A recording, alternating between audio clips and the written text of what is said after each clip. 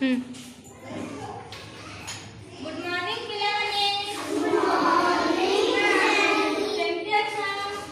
अच्छे हैं। तुमको आ गोटे एक्टिविटी की स्वागत करूँ। एक्टिविटी रा नाम कौन? ना ग्रीष्म ऋतु आउ वर्षा ऋतु आउ शीत ऋतु। तो ग्रीष्म ऋतु रा हमें कौन करथाऊ ना अत्यधिक खरा होथिबारु हमें आइसक्रीम खाइथाऊ, तरबूज खाइथाऊ आउ आंब खाइथाऊ। तो वर्षा ऋतु रे हमें कौन करथाऊ ना अधिक वर्षा होइथिबारु हमें रेनकोट पिंधि स्कूल आसीथाऊ।